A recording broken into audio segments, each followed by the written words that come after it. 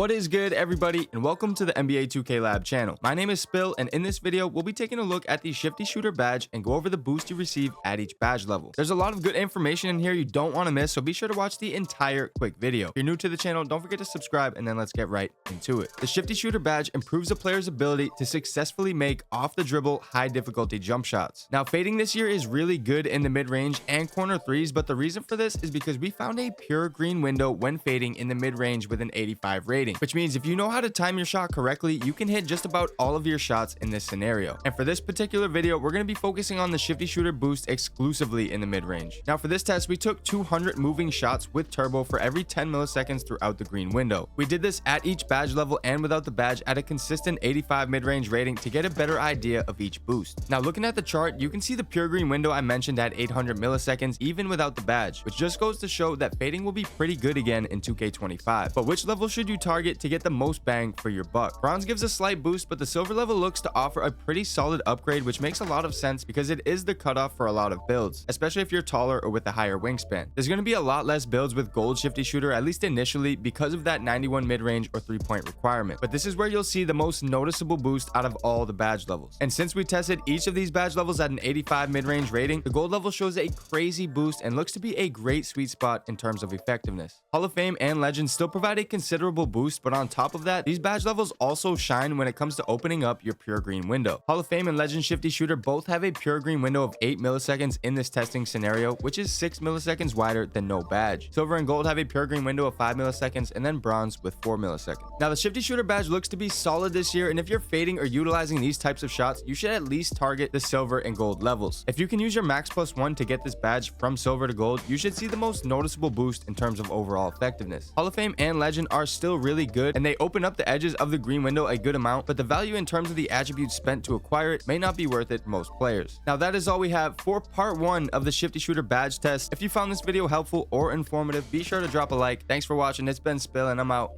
Later.